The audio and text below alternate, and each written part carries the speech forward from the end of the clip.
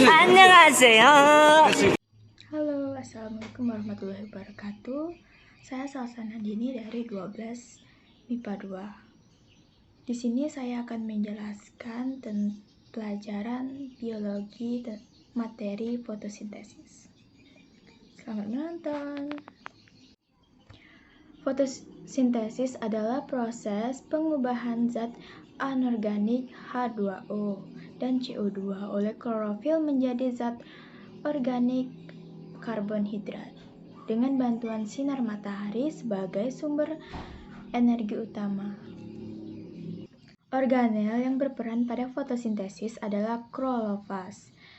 Klorofas ditemukan sehingga menyebabkan daun menjadi berwarna hijau. Fotosintesis berlangsung melalui dua tahap, yaitu reaksi terang dan reaksi gelap. Reaksi terang atau fotolisis air terjadi di tilakoid dan dapat berlangsung apabila ada cahaya.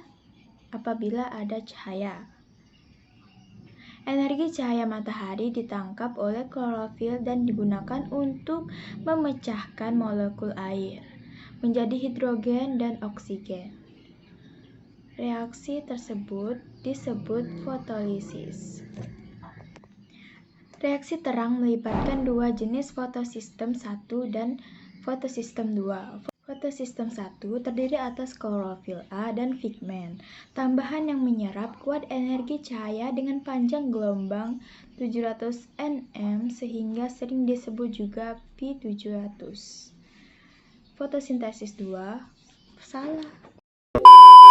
Fotosistem 2 tersusun atas klorofil A yang menyerap kuat energi cahaya dengan panjang gelombang P680. Fosforilasi siklis dilepaskan oleh klorofil akan kembali klorofil, berfungsi sebagai penerima energi fisis. Pada proses ini dihasilkan ATP. Sedangkan fosforilasi non-siklis, elektron yang dilepaskan oleh klorofil tidak kembali menjadi klorofil. Proses ini dihasilkan di samping ATP, dihasilkan juga NADPH2. Reaksi gelap atau fiksasi CO2. Pada reaksi gelap tidak dibutuhkan cahaya matahari.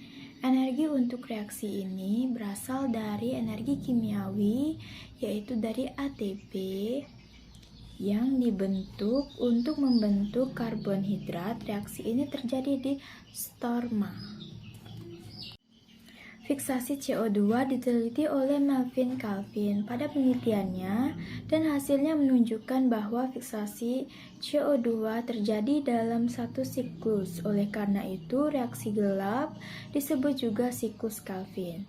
Siklus Calvin dibagi menjadi 3 tahap. Pertama, ini terjadi penggabungan C2O dengan rebulosa difosfat, RDP atau senyawa organik yang mengandung 5 atom karbon, membentuk asam fosfoglisat PGL. Pada tahap ini diperlukan H2O. Kedua, terjadi reduksi PGA dengan menggunakan hidrogen dari NADP, H2 dan ATP yang dihasilkan dari reaksi terang menghasilkan 6 molekul PGAL atau fosfoglisraldehyde dan H2O.